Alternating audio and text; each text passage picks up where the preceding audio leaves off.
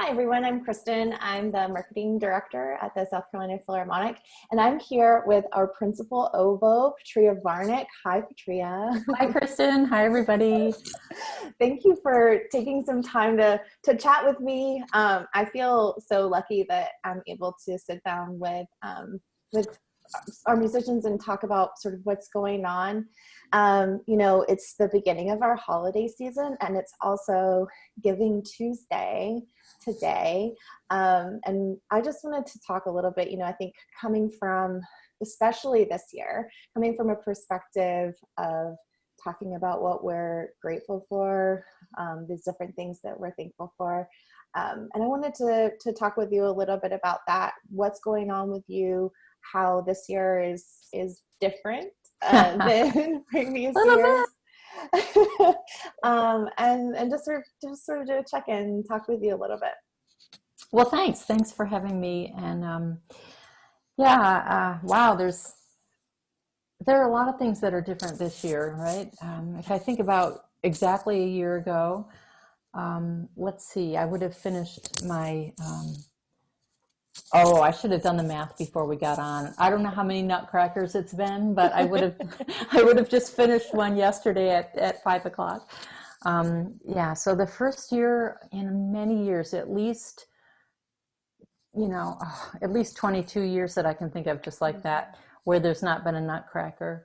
And some years there have been multiple nutcrackers at different times. So this is the first for that. Yeah. It's the first year that I get to the end of November and approach December with not a single holiday gig.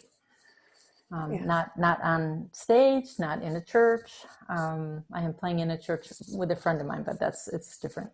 It's just different. And I feel like it's, there's silver linings to everything. We can always look for that. Finding that here and there. We can talk about that as we go, I guess. But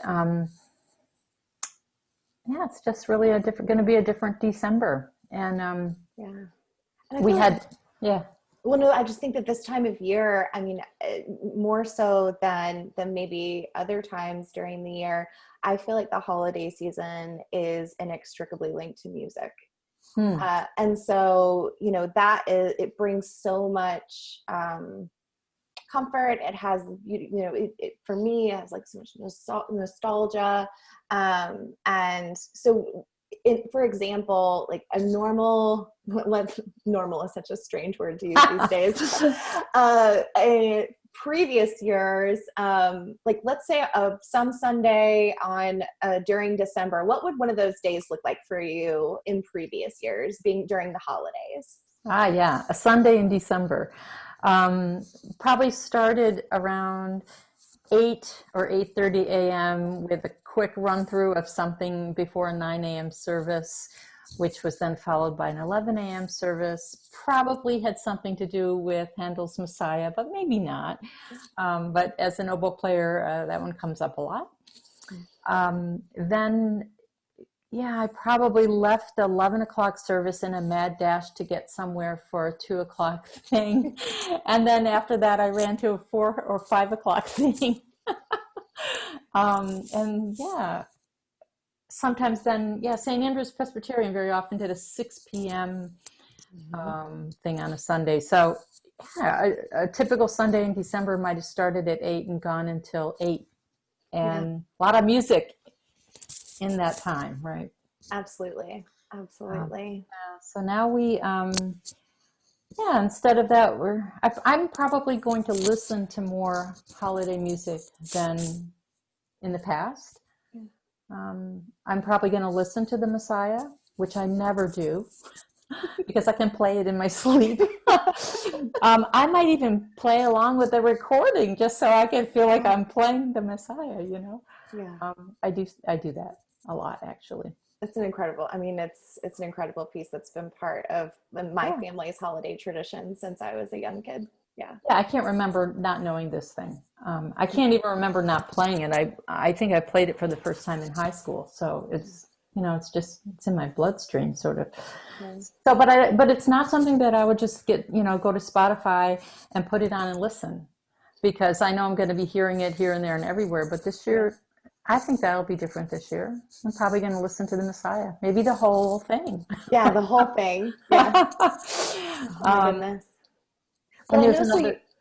I was going to say, I know that you split your time, between performing and also your professor and teaching. How has that been impacted? Well, I must say, I feel really grateful that that I have this career that's multifaceted. So when all the performing opportunities kind of got very quiet, I'm not going to say they dried up. I'm just going to say it got very quiet for a while. I still had a lot of teaching to do. The teaching took on a different form because we're on Zoom a lot and we have headphones on a lot, which is tiring in another way, in a different way. But I'm really grateful to having those other avenues of my expression, and that I just didn't get into real terrible financial dire situation because of my teaching. So it's been a busy semester. We entered the semester and I thought, how are we going to do this? Just how are we going to do this? But we did it. And nobody around me got sick, none of my students, and they did well. I think it was a good semester in spite of everything. It's teaching us to be really flexible with our minds and with just going with things and not getting all wound up. Okay, technology didn't work so well right now. Let me just take a deep breath and try the next thing. Yeah. So I think also the students are learning to be more flexible, and their expectations are, changing a little bit, and they're just becoming more able to adapt to just when things go wrong, let's just turn the corner and go the other way. So we're doing that together. I think that's been pretty good. Yeah. I think we're all stretching ourselves in that way this year, just being more flexible and being more sort of problem solving oriented. Right. Yeah, it's good. Yeah, and as an oboe player and a reed maker, part of our skill set is solving problems. So it's just solving different problems now, but still making reeds and solving those problems too. Self-reliance. The oboists are self-reliant folks. That's right. Our instrument changes by the minute. It was so great to be together with the orchestra a couple weeks ago for our concert, and we had an empty hall more or less, but just knowing that we were doing this and someone's going to be listening, and I think they can still listen to it, right? Yes, through December 4th. Okay, spread the word, everybody. Yeah. It was so much fun to do that and feel like we were, first of all, together as a family, as an orchestra. That's something else that I'm really grateful for in this particular organization. And we could talk about that for a long time too.